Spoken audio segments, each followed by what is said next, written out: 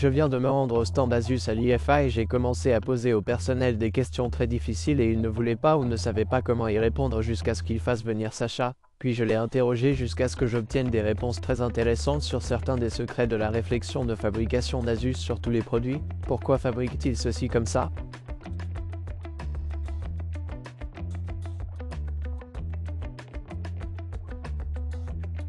Et pourquoi ne font-ils pas certaines choses comme ça et maintenant je vais les partager avec vous? L'obtention de licence Windows est bon marché et facile avec cookies.com et si vous utilisez le code TN20, vous bénéficiez d'une remise supplémentaire. Terminez l'achat, copiez la clé et collez-la dans les paramètres d'activation et vous avez terminé. Consultez également leur licence Microsoft Office 19 et utilisez le même code TN20 pour bénéficier de la remise supplémentaire. Découvrez cookies.com dans la description vidéo ci-dessous. La première question que j'ai posée à Sacha concernait les pavés tactiles haptiques. Où sont-ils passés? Pourquoi n'en avons-nous plus? Si vous vous souvenez du ProWax StudioBook 16, celui-ci avait un pavé tactile haptique et je crois qu'il y avait un autre modèle qui était le VivoBook, pas le ZenBook Pro X potentiellement, qui avait des pavés tactiles haptiques et je disais que tous les ordinateurs portables que je vois ici n'ont pas de pavés tactiles haptiques, ils ont, vous savez, les pavés tactiles à charnière, qui ne sont pas aussi bons, ni aussi sensibles, ni aussi réactifs que certains des trackpads que nous connaissons, comme ceux d'Apple, par exemple. Et la réponse est très intéressante. La première raison pour laquelle il n'y a pas d'haptique dans beaucoup d'ordinateurs portables est qu'Asus veut les rendre plus minces.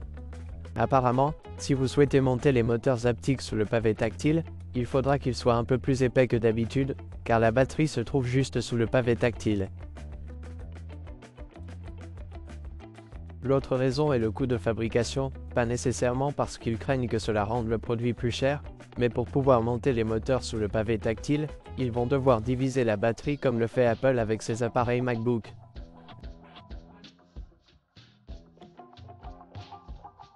Ils vont répartir la batterie sur tout l'appareil. Mais Asus veut utiliser la même banque de batterie que celle qu'ils ont sur le VivoBook S par exemple sur un ZenBook S ou une sorte de ProWax PX13. Si vous pouvez réutiliser une certaine pièce sur d'autres références de produits, cela va évidemment réduire le coût de production du produit.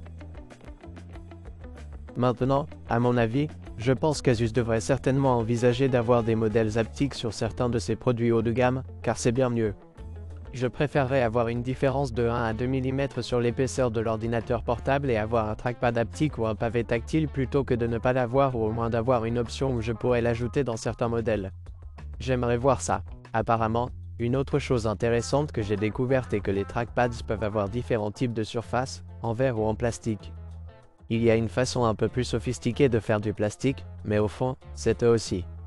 Vous pouvez rendre le plastique un peu plus rigide, mais la sensation des pavés tactiles à charnière sera différente, qu'il s'agisse de verre, car il sera un peu plus solide et aura un clic plus lourd par rapport à certains clics en plastique.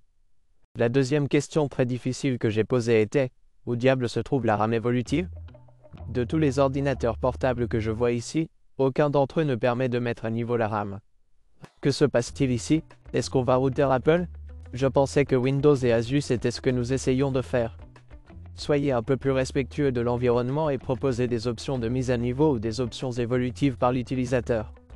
Apparemment non. Et voici les réponses. Il existe donc 3 fabricants de processeurs, Qualcomm, AMD et Intel. Qualcomm ne prend pas en charge les emplacements SODIMM, ce qui signifie qu'ils devront être présents sur la carte. Ce n'est donc pas nécessairement la faute d'Asus, c'est la faute de Qualcomm. Maintenant, Intel avec son lacunaire a exactement le même problème. En fait, ils ont réellement la RAM sur le package CPU. Exactement comme Apple l'a fait avec certains de ses appareils monsieur. Vous avez le CPU et la RAM est soudée juste à côté. Mais cela introduit en réalité un inconvénient pour les créateurs, à savoir la capacité totale prise en charge de la RAM, qui ne peut désormais être que de 32 Go, car vous ne pouvez pas avoir 2 puces de 32 Go que vous pouvez placer à côté du processeur. En ce qui concerne AMD, il semble que AMD ait récemment publié la prise en charge des emplacements SODIMM ou de la prise en charge de la mémoire SODIMM avec ses processeurs de la série Ryzen E300. Mais j'ai dit, alors pourquoi ne l'as-tu pas? Parce que si vous regardez le ProArt StudioBook par exemple, même celui-ci est soudé. Et la raison en est qu'AMD a pris son temps pour prendre en charge le SODIMM. La prise en charge de la mémoire demande beaucoup de travail. C'est très différent si vous prenez en charge la mémoire embarquée ou si vous sciez des emplacements sombres. Apparemment, c'est très différent. Selon les mots de Sacha, c'est comme créer un support sur un processeur pour DDR5 et DDR6. Cela prend du temps, et au moment où Asus a voulu lancer ses ordinateurs portables, comme les séries ProArt et ZenBook, VivoBook, AMD n'avait pas encore publié de support pour les emplacements SODIMM. Ils ont donc simplement sorti les ordinateurs portables avec juste, vous savez, la mémoire sur la carte. Et ils fabriquent des appareils de la série Ryzen E300 qui arrivent sur le marché et qui auront vu des emplacements sombres. Cela peut également vous sembler évident, mais le fait d'avoir la RAM soudée sur la carte rendra évidemment la RAM plus rapide. Eh bien, vous pouvez exécuter la RAM plus rapidement.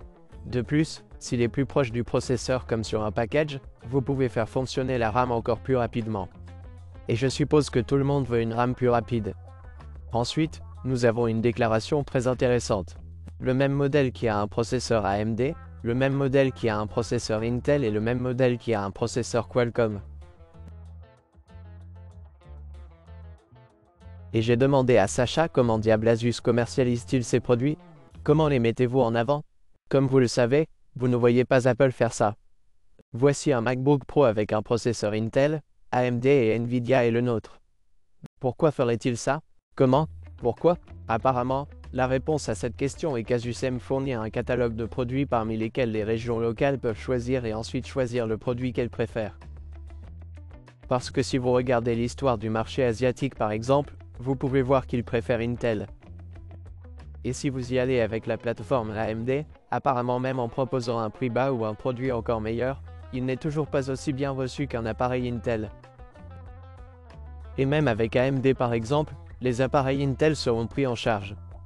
Mais ensuite, vous savez que les marchés nord-américains et européens peuvent réellement choisir s'ils veulent un appareil Qualcomm, AMD ou Intel. Asus fournit donc les options et les régions locales font ensuite leur choix. Ensuite, il s'agit des claviers. Désormais, tous les claviers sont identiques. Les mêmes interrupteurs sont les mêmes mais ils sont différents. Pourquoi se sentent-ils différents? Comment est-ce possible? Que se passe-t-il? Apparemment, la plus grande différence qui rend les claviers différents est la flexibilité du châssis. Tous les différents châssis ont une sorte de flexibilité, plus ou moins, ou ce qu'il y a en dessous. Comment se sent le refroidissement là-bas? Comment ils sont attachés ensemble? Et cela rend le clavier différent et vous donne la meilleure ou la pire sensation. Certaines personnes l'aiment très fort. Certaines personnes les aiment un peu plus spongieux. Certains déplacements très difficiles comme un clavier mécanique, etc. Mais apparemment, la flexibilité du châssis est l'un des principaux facteurs contribuant à cela. Et ce qui est intéressant, c'est que nous avons maintenant certains ordinateurs portables d'Asus qui ont des claviers amovibles, comme le ZenBook Duo et le PZ13 de ProArt qui ont des claviers amovibles. Nous avons maintenant quelques découvertes intéressantes. Lorsque vous placez le clavier sur une surface différente, même lorsque vous l'avez sur la table, le placer sur le tapis de souris par exemple vous donnera une expérience de frappe très différente sur le ZenBook Duo par exemple que de l'avoir simplement directement sur une table dure ou de l'avoir sur vos genoux ou de l'avoir sur une surface différente. Si vous l'aimez, choisissez simplement la surface sur laquelle vous le posez et vous pourrez avoir un clavier au toucher différent. Intéressant. Autonomie de la batterie. Je leur ai demandé lequel de ces appareils avait la meilleure autonomie de batterie. Et apparemment, c'est l'appareil dont vous n'avez probablement jamais entendu parler. La meilleure autonomie de batterie d'Asus n'est pas celle du processeur Qualcomm. Je n'ai pas le processeur AMD Ryzen. Il s'agit en fait du nouveau processeur Intel Lunar Lake, qui est dans l'Asus X, l'appareil MacBook P5. Celui-ci possède la plus grande batterie et dispose également d'une technologie très intelligente pour permettre à ce processeur de fonctionner le plus longtemps possible. Vous pouvez y voir des mesures d'autonomie de batterie incroyables de 27 heures. C'est faux, ce n'était donc pas une surprise pour moi. Et la dernière question concernait les chargeurs. Asus propose tellement de chargeurs différents.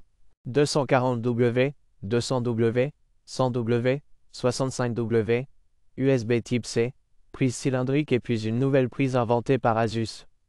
Pourquoi réinventer la roue? Pourquoi ne pas simplement équiper tous les ordinateurs portables d'un port de chargement USB-C? Parce qu'il existe des chargeurs USB-C de 240W. Mais apparemment, la réponse n'est pas si simple. Lorsque vous avez un chargeur USB-C, il y a beaucoup de pertes de puissance dans le chargeur. Parce que l'USB-C n'a jamais été conçu pour être un chargeur. Il s'agissait d'une conception de transfert de données, mais la fourniture d'énergie était une fonctionnalité ultérieure, si cela a du sens. En réalité, cela fournit 20% de moins à l'appareil. Ce qui signifie qu'il y a une énorme perte de puissance et que nous n'obtenons toujours pas toutes les performances qu'il souhaite offrir à l'ordinateur portable. Deuxièmement, la prise d'alimentation par rapport à la nouvelle prise d'alimentation inventée par Asus qui est réversible mais un peu plus fine, un peu différente. La raison pour laquelle ils retirent maintenant la prise d'alimentation des futurs appareils est qu'ils peuvent alors rendre les appareils plus minces et la nouvelle prise prend moins de place, ce qui rend l'ordinateur portable plus mince. J'aime ça, et la nouvelle prise peut toujours fournir plus de 240 watts de puissance et reste très économe en énergie. L'autre question que j'ai posée est pourquoi ne pas fabriquer un bloc d'alimentation doté d'un câble USB-C détachable afin qu'il puisse être réutilisé sur d'autres appareils ou qu'il soit un peu plus portable. C'est parce qu'il est moins cher de fabriquer ces appareils et si vous commencez à proposer un appareil pouvant avoir un câble USB-C amovible. Tous les câbles USB-C ne peuvent pas prendre en charge certaines puissances et il existe différentes certifications. Mais pour simplifier les choses, utilisez simplement le bloc d'alimentation inclus et c'est tout.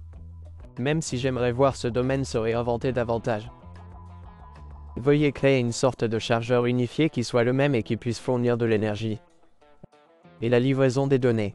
Je sais que parfois vous utilisez le port USB-C, mais bon, si vous êtes vraiment intelligent, vous pouvez trouver un moyen d'ajouter une prise d'alimentation qui passe par USB-C, par exemple. Donc, vous ne retirez pas réellement le port de l'ordinateur portable, mais vous chargez simplement l'ordinateur portable et vous disposez toujours de l'USB-C. Si vous aviez la possibilité de poser des questions très difficiles à Asus, quelles seraient-elles? J'aimerais bien avoir ton avis.